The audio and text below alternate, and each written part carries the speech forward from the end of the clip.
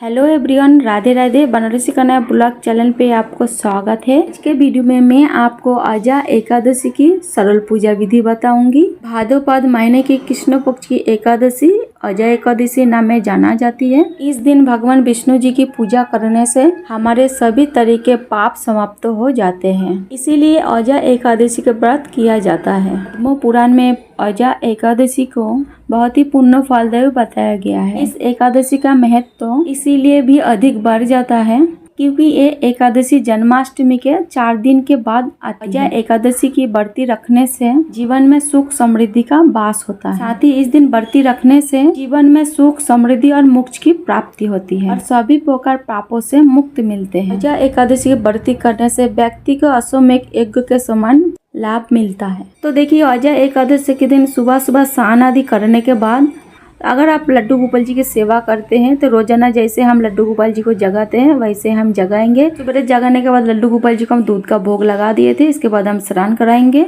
तो लड्डू गोपाल जी को स्नान कराने के लिए कोई भी पात्र हम ले लेंगे, पीतल का या स्टील का कोई भी पात्र आप ले सकते हैं। एक तुलसी और फूल का आसन देके हम लड्डू गोपाल जी को विराजमान करेंगे। तो देखिए, मेरा छोटा सा नन्हा सा लड्डू गोपाल जी मेरे आ गए हैं, तो उनको हम विराजमान कर देंगे। आप चाहे तो तिल का आसन देके भी आप लड्डू गोपाल जी को विराजमान कर सकते हैं। तो हम लड्डू गोपाल जी को पंचम से स्नान कराएंगे। तो सबसे पहले हम शुद्ध जल से स्नान कराएंगे, उसके बाद पंचामृत से स्नान कराएंगे। पांचों चीज मिलाकर हम पंचामृत बना लिए थे। तो देखिए, हम पंचम से स्नान कराएंगे। आप चाहे तो चंदन से भी स्नान करा सकती है, चंदन का लेप लगा सकती है। तो देखिए, पंचम से स्नान करने के बाद फिर से हम शुद्ध जल से स्नान कराएंगे। और लड्डू गोपाल जी भगवान विष्णु जी और श्री कृष्ण जी का बाल स्वरूप है और एकादशी के दिन भगवान विष्णु की समर्पित होता है, इसीलिए इस दिन लड्डू गोपाल जी की सेवा विशेष की जाती है। स्नान करने के बाद जो भी जल, दूध, पंचामृत है, परिवार में सभी प्रसादी स्वरूप ग्रहण कर सकती है। लड्डू गोपाल जी को सॉफ्ट टॉवल से पोंछने के बाद हम लड्डू गोपाल जी को सुंदर सा श्रृंगार करेंगे। श्रृंगार करने से पहले लड्डू गोपाल जी को हम इत्र मालिश करेंगे, उसके बाद हम श्रृंगार करेंगे। तो देखिए, स्नान करने से पहले हम लड्डू गोपाल जी के श्रृंगार का सामान निकाल लिए थे, इसके बाद हम श्रृंगार करेंगे। उसके बाद देखिए, हम लड्डू गोपाल जी बिग पहना देंगे, मुकुट पहना देंगे, उसके बाद हाथ में दे देंगे बांसुरी। श्रृंगार करने के बाद लड्डू गोपाल जी को इत्र से बाद जरूर दे। तो देखिए, हम इत्र लगा देंगे ताकि लड्डू गोपाल जी के आसपास महकते रहे। उसके बाद हम लड्डू गोपाल जी को दर्पण सेवा देंगे। अगर आपके पास नई पोशाक है तो लड्डू गोपाल जी को नई पोशाक पहनाइए, नहीं है तो कोई बात नहीं, जो भी पोशाक है उनको आप साफ करके पहना सकती हैं। इसके बाद देखिए, आप चाहे तो आपके मंदिर पे भी एकादशी की पूजा आप कर सकती हैं या आप अलग से चौकी लगा कर भी पूजा कर सकते हैं। तो चौकी के ऊपर पीले रंग का आप आसन बिछा लीजिए। तो देखिए, हम पीले रंग का वस्त्र बिछा लिए हैं। भगवान विष्णु जी की पूजा में ज्यादा से ज्यादा पीले रंग का इस्तेमाल किया जाता है। सबसे पहले हम फूल का आसन दे देंगे, आप चाहे तो तिल का आसन भी दे सकती है। इसके बाद भगवान विष्णु जी की फोटो या मूर्ति जो भी स्वरूप आपके पास है आप विराजमान कर ले। उसके बाद हम गणेश जी को विराजमान कर लेंगे। उसके बाद अगर आप लड्डू गोपाल जी की सेवा करती हैं तो लड्डू गोपाल जी को भी आप विराजमान कर ले। तो देखिए, मेरे लड्डू गोपाल जी आ गए हैं। सबसे पहले हम जल के छींटे लगाकर हम शुद्धिकरण कर लेंगे। उसके बाद हम घी का दिया जलाएंगे, आप चाहे तो तिल का तेल का भी दिया जला सकती है। साथ ही दिया का पूजन भी हम कर लेंगे।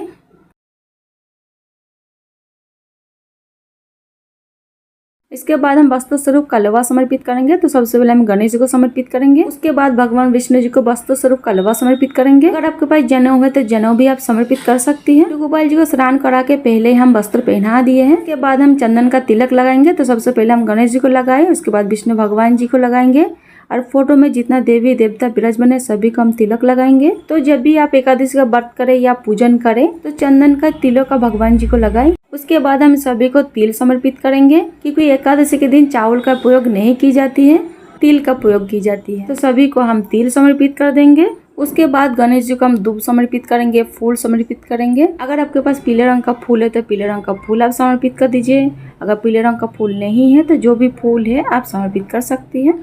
शास्त्रों के अनुसार जो भी अजा एकादशी का व्रत करता है वो कभी भी प्रेत योनि में नहीं जाता है, साथ ही संसार के सभी भौतिक सुखों को प्राप्त होता है और अंत में मोक्ष को प्राप्त करता है। अगर आप व्रत ना भी कर पाए तो आप अजा एकादशी के दिन भगवान विष्णु जी की किसी भी स्वरूप की पूजन आप अवश्य कीजिएगा। और अजा एकादशी का व्रत ना कर पाए तो कथा जरूर सुने। उसके बाद फूल समर्पित करने के बाद हम तुलसी समर्पित करेंगे। तुलसी आप एकादशी के दिन ना तोड़े, एक दिन पहले तोड़ के रख लें तो विष्णु भगवान जी को, लड्डू गोपाल जी को हम तुलसी समर्पित कर देंगे। उसके बाद हम भोग समर्पित करेंगे। तो गणेश जी को हम अलग से भोग समर्पित करेंगे, क्योंकि गणेश जी के भोग में हमें तुलसी नहीं रखना है। उसके बाद हम भगवान विष्णु जी का हम भोग समर्पित करेंगे। तो छोरे का, बादाम का हम भोग समर्पित करेंगे। आप चाहे तो मेवा का भी भोग आप समर्पित कर सकती हैं।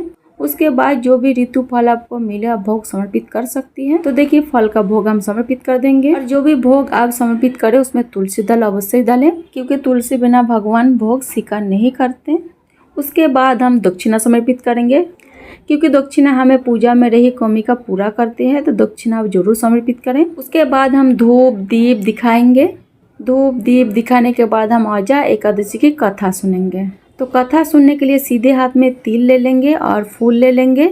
उसके बाद हम आजा एकादशी की कथा सुनेंगे। खाली हाथ में कोई भी बात कथा नहीं सुनना चाहिए। आप चाहे तो एकादशी व्रती कथा पढ़ भी सकते हैं या आप फोन पे भी सुन सकते हैं। एकादशी की कथा सुनने के बाद हाथ में जो तिल और फूल लिए थे भगवान विष्णु जी के चरण पे समर्पित कर देंगे। उसके बाद हम प्रेम पूर्वक आरती करेंगे। तो आरती आप कपूर से भी कर सकती है और जो दीपक आप प्रज्वलित किए हैं उससे भी आरती कर सकते हैं। तो सबसे पहले हम गणेश जी की आरती करेंगे। उसके बाद हम भगवान विष्णु जी की आरती करेंगे। तो आपको जो भी आरती आती है तो आरती गा के भी यहाँ पे आप आरती कर सकती है। प्रेम पूर्वक आरती करने के बाद भगवान से हाथ जोड़कर पूजा में रही कमी के लिए क्षमा याचना करेंगे और मनोकामना पूर्ण के लिए श्री हरि विष्णु भगवान से हम प्रार्थना करेंगे। आरती करने के बाद आचमन जरूर करें, यानी आरती ठंडा जरूर करें। तो इस तरह से मेरा आजा एकादशी पूजा पूर्ण होती है। जो भी भोग प्रसाद हम भगवान को समर्पित किए हैं परिवार में सभी सदस्यों को प्रसादी स्वरूप हम बांट देंगे। जो भी दक्षिणा हम समर्पित किए हैं किसी जरूरतमंद को आप दान कर सकते हैं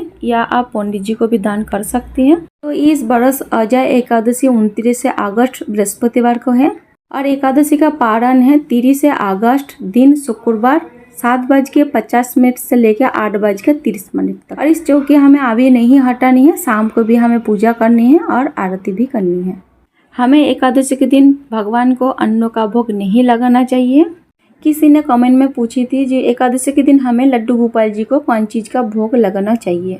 तो देखिए, घर पे बने हुए कोई मिठाई का भोग लगा सकती है, फल का भोग लगा सकती है, मलाई का, ड्राई फ्रूट का भी भोग आप लगा सकती है। तो अजा एकादशी की सबसे सरल पूजा विधि आपको कैसे लगा? अच्छा लगा तो वीडियो को लाइक आप जरूर करें और सरल पूजा विधि वीडियो देखने के लिए मेरे चैनल को सब्सक्राइब करना ना भूलें। मिलते हैं अगले किसी वीडियो में, तब तक के लिए राधे राधे, जय श्री कृष्ण।